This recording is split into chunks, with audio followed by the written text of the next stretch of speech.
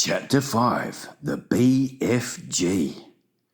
The giant picked up the trembling Sophie with one hand and carried her across the cave and put her on the table. Now he really is going to eat me, Sophie thought. The giant sat down and stared hard at Sophie.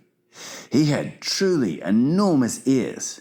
Each one was as big as the wheel of a truck, and he seemed to be able to move them inwards and outwards from his head as he wished.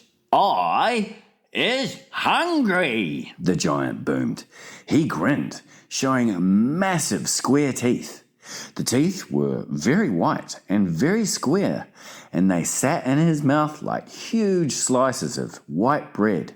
"But please don't eat me," Sophie stammered. The giant let out a bellow of laughter.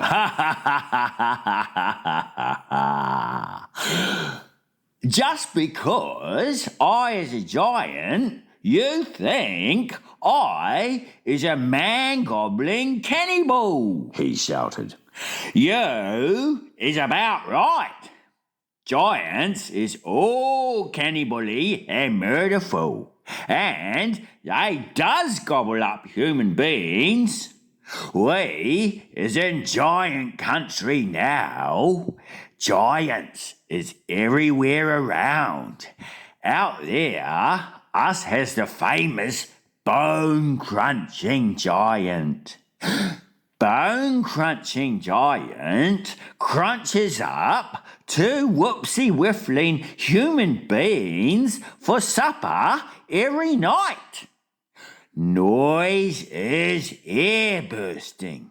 Noise of crunching bones goes crickety-crack for miles around." "Ouch!" Sophie said. Bone-crunching giant only gobbles human beings from turkey, the giant said. "Every night, Bone Cruncher is galloping off to Turkey to gobble Turks." Sophie's sense of patriotism was suddenly so bruised by this remark that she became quite angry. "Why Turks?" She blurted out. "What's wrong with the English?" Bone-crunching giant says Turks is tasting ever so much juicier and more scrumdiddlyumptious. Bone Cruncher says Turkish human beans has a glamoury flavour. He says Turks from Turkey is tasting of turkey. "I suppose they would," Sophie said. "Of course they would," the giant shouted. "Every human being is diddly and different. Some is scrumdiddlyumptious, and some is ucky slush. Greeks is all full of ucky slush. No giant is eating Greeks ever." "Why not?" Sophie asked. "Greeks from Greece is all tasting greasy," the giant said. "I imagine that's possible too," Sophie said. She was wondering, with a bit of a tremble, what all this talking about eating people was leading up to. Whatever happened, she simply must play along with this peculiar giant and smile at his jokes. But were they jokes? Perhaps the great brute was just working up an appetite by talking about food.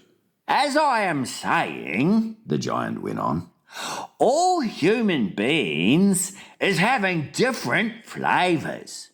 Human beings from Panama is tasting very strong of hats." "Why hats?" Sophie said. "You is not very clever," the giant said, moving his great ears in and out. "I thought all human beings is full of brains, but your head is emptier than a bundongle." "Do you like vegetables?" Sophie asked, hoping to steer the conversation towards a slightly less dangerous kind of food. You is trying to change the subject, the giant said sternly.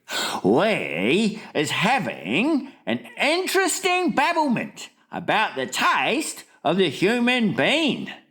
The human bean is not a vegetable. Oh, but the bean is a vegetable, Sophie said. Not the human bean, the giant said. Your human bean has 2 legs and a vegetable has no legs at all. Sophie didn't argue anymore. The last thing she wanted to do was make the giant cross. The human bean, the giant went on, is coming in billions of different flavours. For instance, human beans from Wales is tasting very whooshy of fish. There is something very fishy about Wales. You means Wales, Sophie said. Wales is something quite different. Wales is Wales, the giant said. Don't gobble funk around with words. I will now give you another example. Human beings from Jersey has a most disgustable woolly tickle on the tongue, the giant said. Human beings from Jersey is tasting of cardigans. You mean jerseys, Sophie said. You are once again gobble funking, the giant shouted. Don't do it.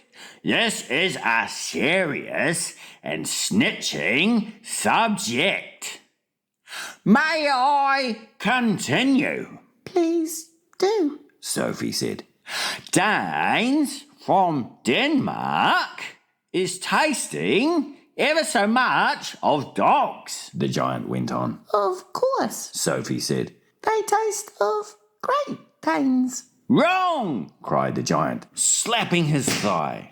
Danes from Denmark is tasting doggy because they is tasting of Labradors. Then what do the people of Labrador taste of? Sophie asked. Danes, the giant cried triumphantly. Great Danes. Aren't you getting a bit mixed up? Sophie said. I is a very mixed up giant, the giant said. But I does do my best, and I is not nearly as mixed up as the other giants. I know one who gallops all the way to Wellington for his supper. Wellington? Sophie said. Where is Wellington? Your head is full of squash flies, the giant said. Wellington is in New Zealand. The human beings in Wellington has an especially scrumdiddlyumptious taste. So says the welly-eating giant. What do the people of Wellington taste of? Sophie asked. Boots, the giant said. Of course, Sophie said. I should have known. Sophie decided that this conversation had now gone on long enough.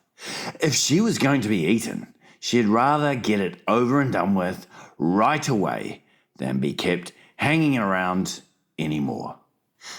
What sort of human beings do you eat? She asked, trembling. Me? Shouted the giant, his mighty voice making the glass jars rattle on their shelves.